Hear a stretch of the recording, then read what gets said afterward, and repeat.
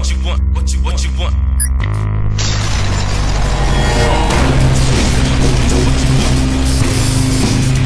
Come on. What you want, what you want. Come. Hi guys, Aceface back with another video for you, and I've got quite an exciting video for you today. I'm going to do a first look at the new Tyranid models that have gone on pre-release today. So there's two models.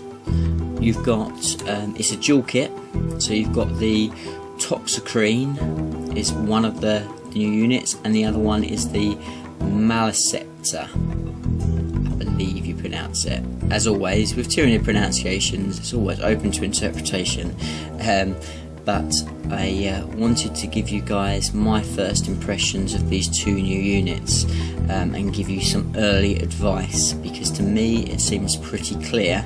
It might not to everybody. Right, so what we're going to do first of all is I'm going to look at the Toxicrene. Now the reason why I'm going to look at Toxicrene first of all is this is the unit you want. The Toxicrene is by far the better of the two, and I will go into details of why, but this is the unit. If you don't like magnetising, you're going to buy just one of these kits. This is the model that you want to make. Now once I get hold of this, I will review the model in itself, and I will actually show you how to magnetise this, because I'm sure it'll be easy enough to do, and then we'll be able to magnetise it so you can use both options. But if that's not what you like to do and you just want to stick them together, which is fair enough because some people do, this is the guy that you want to go with 100%. Right, so the Toxicrene, I won't go into points because as I said I don't want to upset anybody, but he is relatively cheap, so he's cheaper than a Dave, for instance. And he's even a little bit cheaper than an Toxicrene, so that'll give you an idea of sort of how cheap he is. He's a monstrous creature, obviously, so he comes on one of the big bases. Is that kind of size footprint. He's got a decent stat line, so his weapon skill, ballistic skill is 3, his strength is 5, his toughness is 6, his wounds are 5, he has initiative 3, he has 6 attacks, he has a leadership of 8, and he has a 4+ save. With some really interesting factors on there.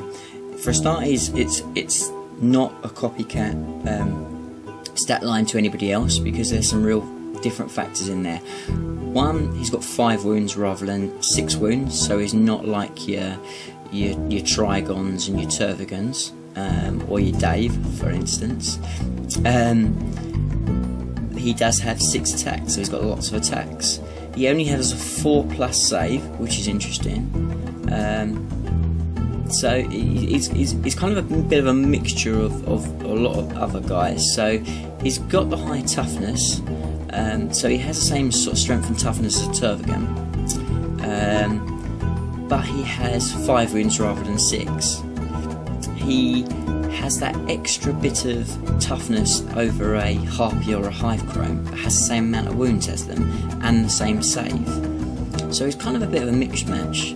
So yes, I mean, my immediate reactions are, oh no, he's only got a 4+ save, which is true, because a 4+ save does mean he's open to a lot of weapons hurting him, that's for sure. But he has that extra bit of toughness, which means he's not going to get instant death by strength 10, which is also very, very nice. And he has that extra wound over, say, a Hive Tyrant or a Carnifex, which makes him a little bit longer lasting in that way, which is nice. Now, with his low initiative, we don't need to worry about that too much, because he has Lash Whips. So the Lash Whips are going to pretty much mean that he's going to go in front of most things, or simultaneously with high initiative creatures, so to speak. So he's going to be very, very decent in combat, and with 6 attacks, particularly on the charge, he's going to hit pretty damn hard. His strength is pretty much irrelevant because he has poison 2+. So a bit like your Malanthropes and your Venomthropes, he's going to be wounding anything on a 2+ that isn't super heavy. So that's really nice. He does have Shrouded, which is really handy, but don't get confused, he isn't going to be giving that to anybody else, so he just has it for himself, which is a bit of a shame because my first reaction is, oh wow, he's a combat beast that also gives Shrouded to your other units. He doesn't do that, it's just himself.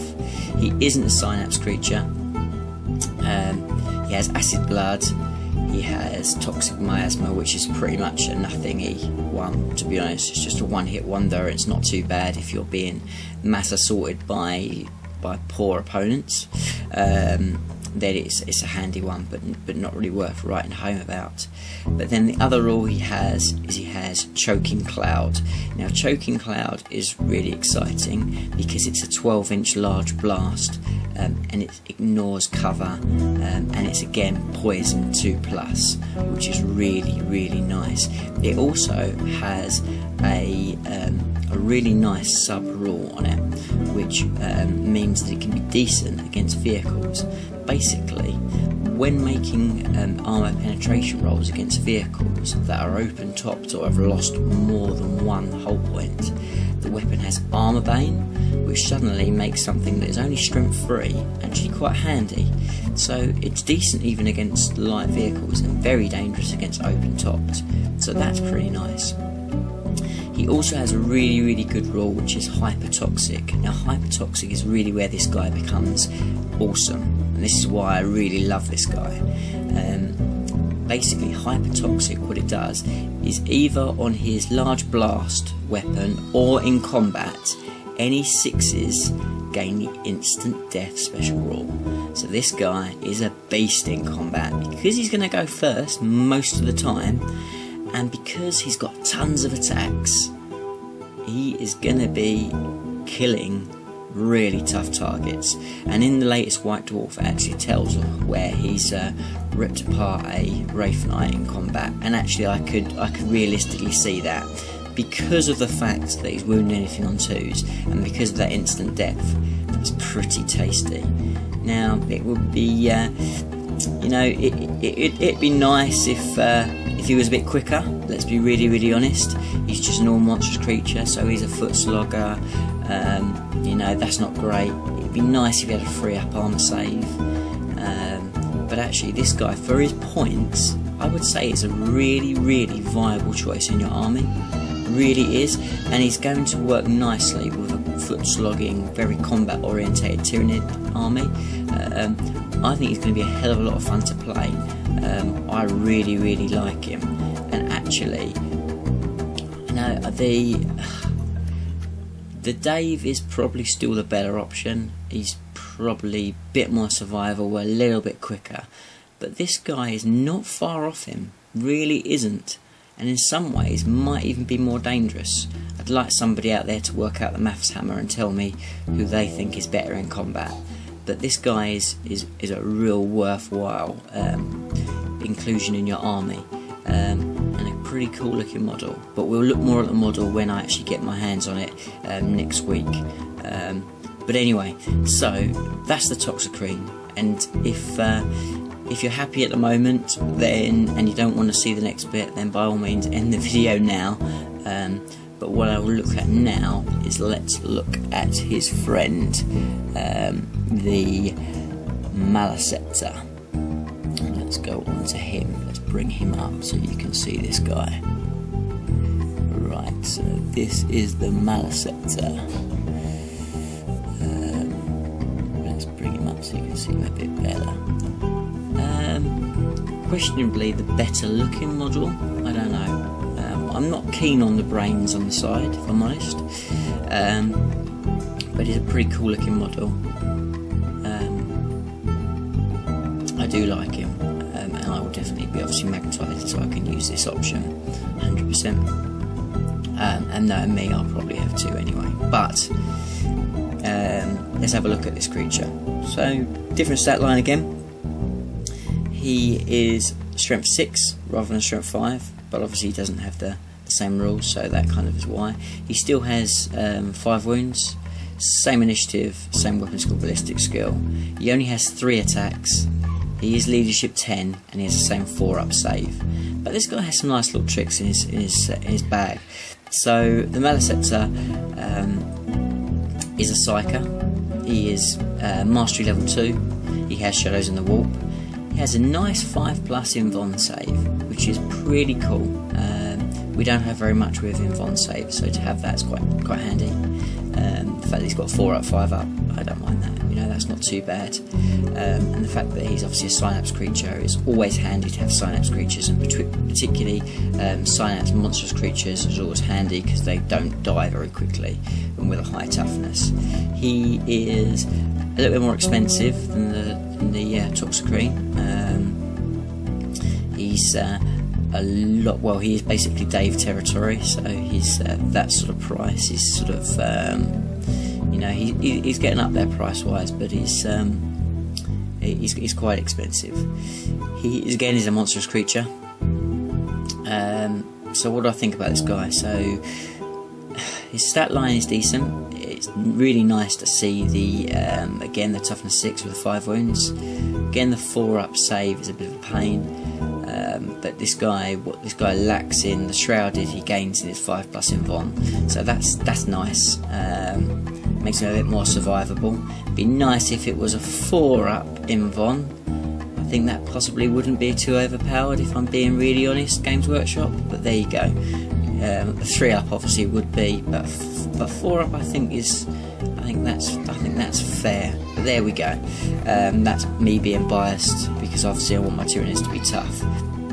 Now, this guy will obviously take his psychic powers. He's level 2, as I said. He takes his powers from the powers of the hive mind, but he has one auto power, and this is a power called Psychic Overload.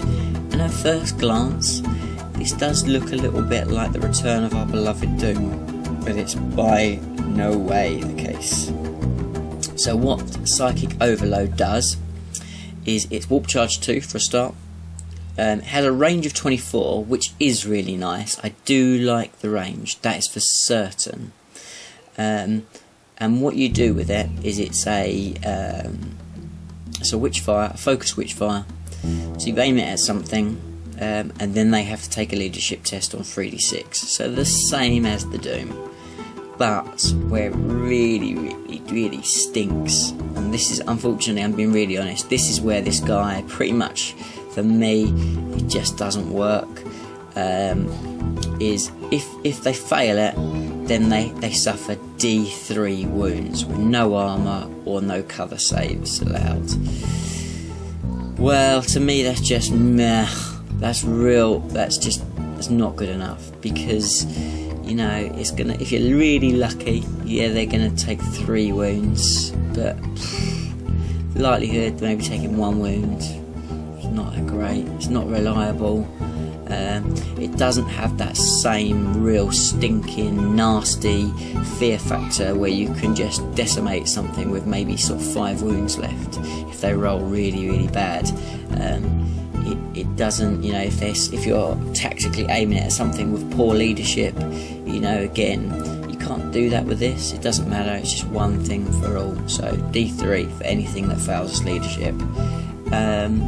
It's nice that also it affects vehicles again, which is handy, because obviously we don't have a lot of anti-vehicle, but it will also, the vehicles all count as having leadership 10, and they take just a single glancing hit from it with no saves allowed, which is kind of nice. But then I think it's a bit of a pain, because if that was D3 it would then become anti-mech, and it isn't really.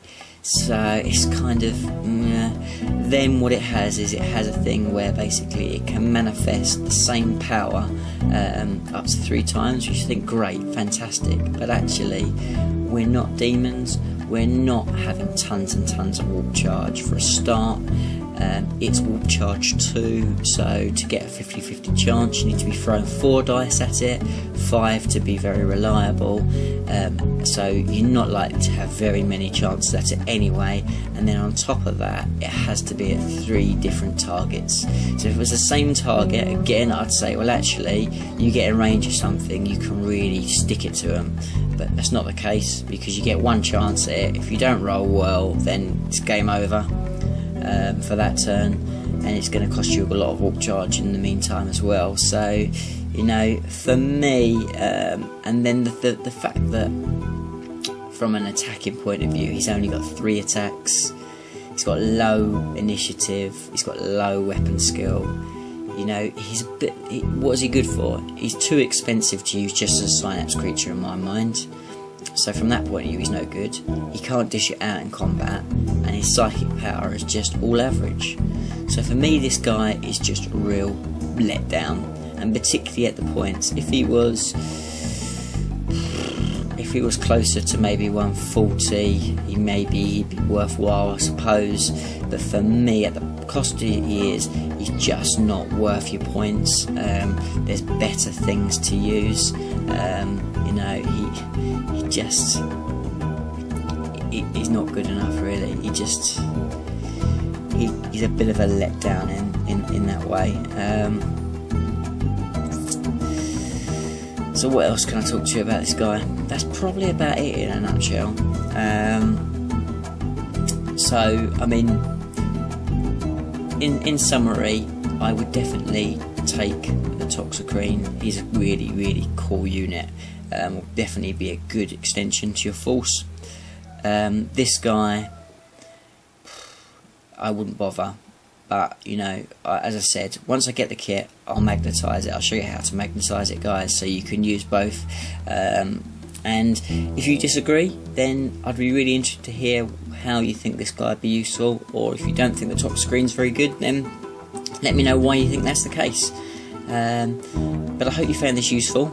I'm really excited about using the Toxicrene, and I love the models. It's a real nice thing to have some extra monstrous creatures. As always, we will not say no.